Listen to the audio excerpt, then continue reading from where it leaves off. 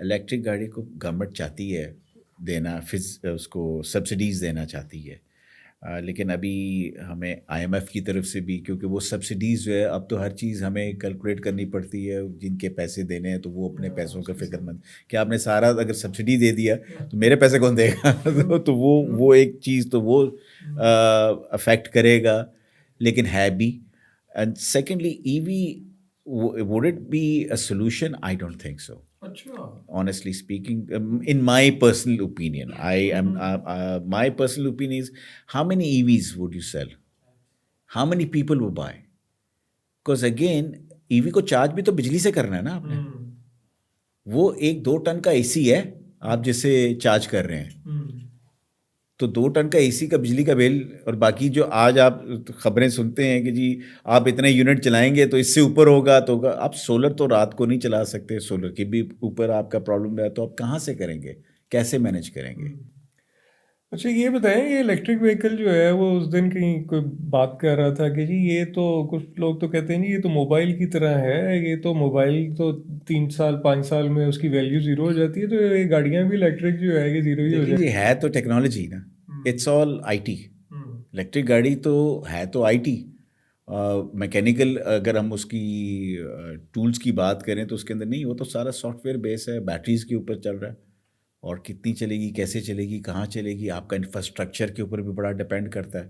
آج سے let's take go back 3-4 years back, ہمارے پاکستان میں کچھ الیکٹرک گاڑیاں آئیں، جرمن گاڑیاں، لوگوں نے ان کو as a status symbol use کیا، بٹ وہ یوٹیلیٹی نہیں تھی، کیونکہ they could not go out of Lahore اور کراچی اور Islamabad, they would remain over there, because ان کی چارجنگ اتنی نہیں، کیپیسٹی نہیں تھی ٹریول کرنے کی. اور پھر اگر ٹریول بھی کر لیں گے تو دوسری طرف اگر کوئی فلنگ چارجنگ اسٹیشن لگا ہوا تو 40 منٹ کون بیٹھے گا اس کے لیے. یہاں پہ لوگ جو ہے آگے 2 گاڑیاں کھڑی ہوں فیول بھروانے کے لیے، تو وہ ہارن کرتے ہیں کہ جلدی سے کرو یار، اس نے ٹینک کیوں فل کروایا ہے.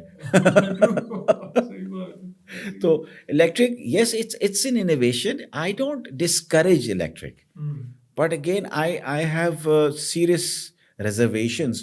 How would it go around? مطلب اس کے اندر انفراسٹرکچر کا بہت بڑا آپ کو چینجز کرنی پڑتی ہیں، اس کے بڑی انویسٹمنٹس درکار ہیں. گاڑی بنا دینا اور پھر وہ آپ دے دینا، تو وہ ابھی بھی جو ہم دیکھ رہے ہیں ای وی گاڑیاں پاکستان میں آئی ہیں، چھوٹی بھی بڑی بھی آئی ہیں، تو بڑی گاڑیاں زیادہ آئی ہیں، اور وہ ایسے ان کے کسٹمرز ہیں، دے ڈونٹ بادر ایکچولی.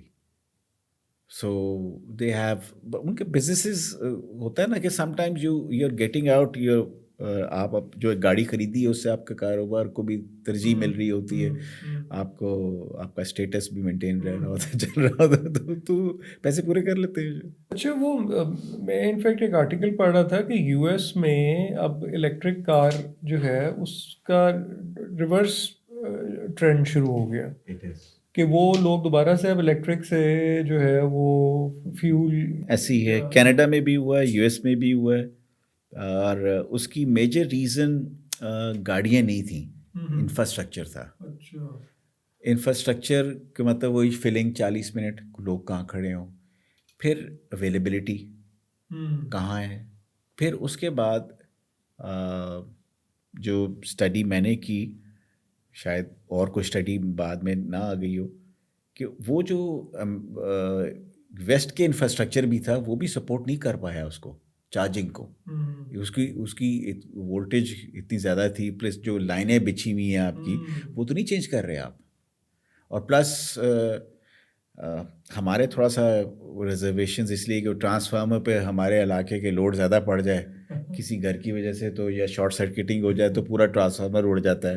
تو یہ 2 گاڑیاں چارجنگ پہ لگی تو میں گھبراتا ہوں کیا ہوگا. اچھا یہ بتائیں کہ اب آپ نیکسٹ 5 ایئرز میں آپ کیا دیکھ رہے ہیں جی پاکستان میں؟ Hybrid. I see good potential for hybrid vehicles because وہ انجن کے ساتھ ہی چل رہی نا. میجر کور جو اس کو چلانے والا ہے، جیسے ہمارا جیپنیز برانڈ ہائیبرڈ میں آیا ہے انوویشن 2002 سے لے کے آج بھی گاڑیاں 22 سال 23 سال ہو گئی چل رہی ہیں ہائیبرڈ پہ. ان کی بیٹریز جو ہیں وہ، کیونکہ سیکنڈری سورس آف پاور ہے وہ گاڑی کا، وہ it's not primary source. Primary source تو ہمارا انجن ہے.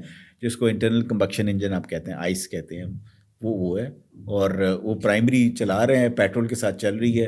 ابھی کچھ ایسی بھی آج کل گردش میں ہیں باتیں کہ دیکھیں یہ الیکٹرک جو ہے وہ اب بلکہ جو ویسٹ کے جو ہمارا الیکٹرک سپلائر ہے بہت بڑا، وہ بھی اب انجنس کے اوپر، ہائیڈروجن انجنس کے اوپر ورکنگ کر رہے ہیں. وہ بھی الیکٹرک سے اس کو خیر آباد کہہ رہے ہیں. تو وہ دیکھیں اب کیا بنتا ہے آنے والے دنوں میں. پاکستان میں کہ ٹیکنالوجی چینج ہونے میں ٹائم نہیں لگتا. آج جو میں اور آپ بات کر رہے ہیں، ہم باہر نکلے، ہو سکتا ہے شام کو ایک اور فلیش نیوز آئے اور ہم پتہ لگے جی وہ الیکٹرک کے ساتھ اب یہ ہوگا، تو ہمارا پورا کانسیپٹ ہی چینج ہو جائے.